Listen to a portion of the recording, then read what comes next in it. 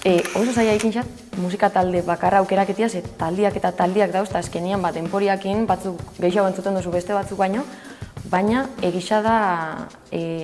burura tortu izaten lehenengoa edo dala ABBA taldia, txikitatik asko entzun dut bai familixiakin eta bai lagunakin, eta gaur egon kriston fana naizela esango neke, apur bat frikixabe bai, Erasmusa eukine aukeria fateko euran museora, Estokolmon, eta pila disfruta honen, umi baino kerrau, eta hori. Azkenen urtetan niretako oso importantia izan den disko bat, izan da Olivia Rodrigon Jaguar diskoa, deskubriu nebenean pila buelta monotzan diskuari, kantu danak entzun dut pila aldiz, gaur egun be pila bat entzuten dut, eta azkenean Olivian erreferentako bat da gaur egun, eta ez dakit, asko identifikaiken naiz, bere letrakin, bere kantaiteko moduakin, eta pila guztauko esaten zuzenian ikustea, baina, aber aukeria dauen.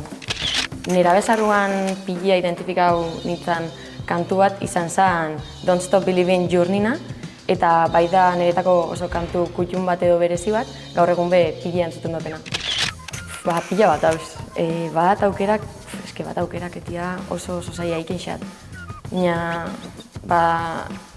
Lehenengo galderiakin lotuta, Don't Stop Believing kantuak dako zati bat esaten dagoena Just a small town girl living in a lonely world, she took the midnight train going anywhere, eta lehen ezagoten moguan bere momentuan oso identifikauta sentiken izan kantuakin, eta oso kutxuna da letria bebai. Eta bestalde igual, Idoia Zurmendin Viejo Refraneron bukaeran esaten dauen cantar a la vida, cantar en la vida, cantar por la vida. Ez da gitxondo esan duten ordena, baina hori esaten dut, eta oso polilla pentsa eixat, oso borobila. Nik uste dut urtetik urtera aldatu iken dela erantzun hau, baina ontsa bertan esango neke, lehen esan duten moan, Olivia Rodrigo, azkenen urtetako deskubrimentua izan da niretako, asko guztai izazela abesten dauen, bere kantuak, eta niretako referente bada. Nik uste dut jente behixenan moguan gaur egun Spotify asko erabiltzen dutela, eta guztauko izaten ezatia CD formatuan asko entzuten dutela musikia, baina kotxian ez dakote aukeria CD-a sartzeko, orduan Spotify jartzen dut, baina egisa da CD-an oso fana naizela bebai. Apur bat, amesten hasten banaiz, festival baten ez dakite BBK Live edo olako leku haundi baten, edo bestela bebai, etortzea burura Galizian dauen leku bat, dau herri txikitxo bat, dakola izena San Vicente do Mar, eta txikitzatik fan izan naiz, familia dakot Galizian,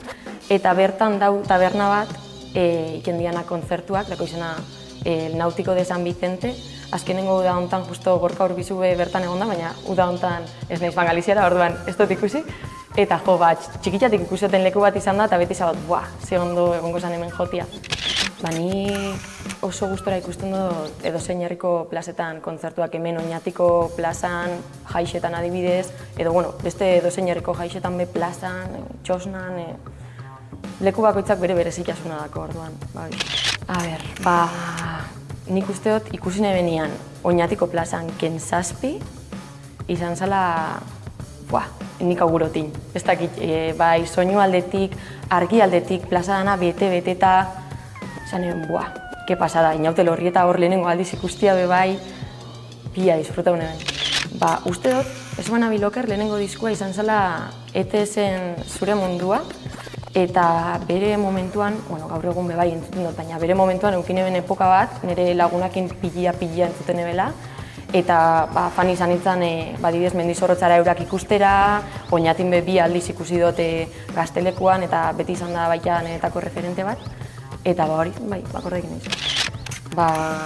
Ez bana biloker bebai, esango neke uda hontan erosin ebela Añuben azkenengo diskoa, errautxetatik loratzen,